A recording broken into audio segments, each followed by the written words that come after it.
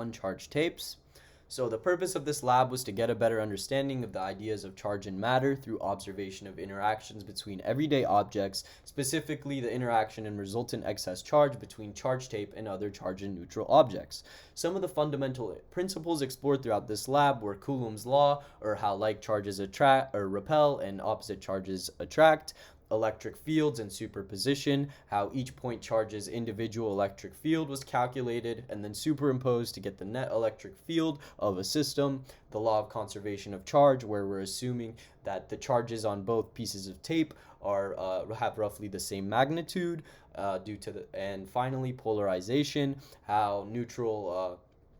objects will polarize due to external electric fields. And example final result was 8.11 times 10 to the 10 electrons were an excess or deficit on the charge tape, depending on the charge of the tape, so if it's negative or positive. So the initial conditions of the experiment was the tape length was 6 inches, the tape masses was 0.1524 grams, the distance between the two tapes when tape B, our system, started floating was 0.033 meters, the magnitude of gravitational force on the floating tape was 1.494 times 10 to the negative 3rd newtons, and that equaled the magnitude of electric force on the floating tape when it was floating,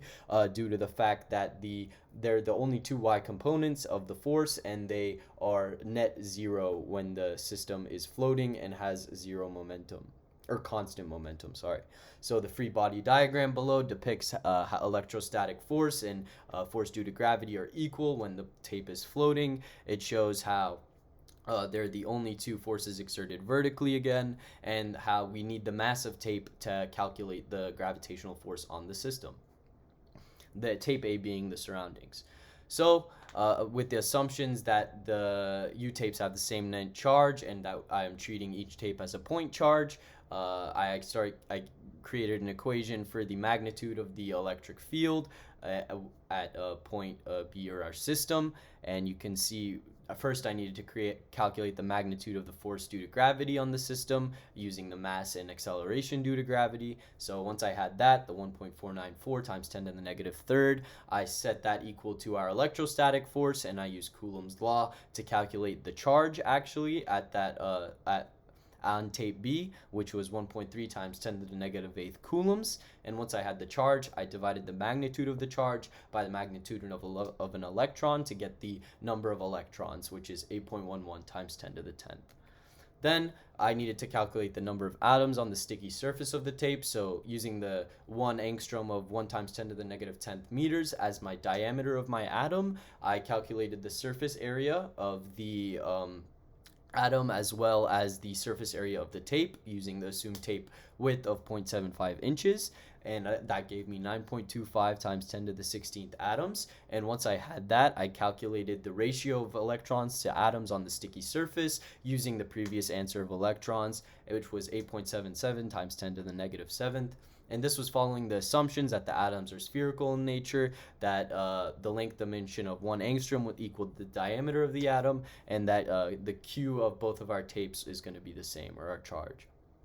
So the code, you can see how it shows when the tape is floating, the force due to gravity is equal to our electric force,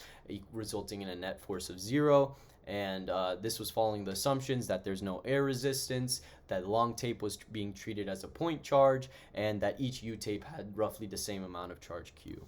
And so what if electrons had a positive charge and protons had a negative charge? Coulomb's law would still apply, the observations would remain the same, and like charges will continue to repel and opposite charges would continue to attract. Why is it important to handle the charged tapes as little as possible? The charge from the tape could be distributed to our hands due to induced dipoles, or vice versa, depending on which side has an excess number of electrons. This could thwart the readings for the experiment. Some of the error was inaccurate charge due to human contact. QA being equal to QB could be incorrect. The distance at the exact moment of floating point could be slightly off. Some of the differences were that the point charge assumption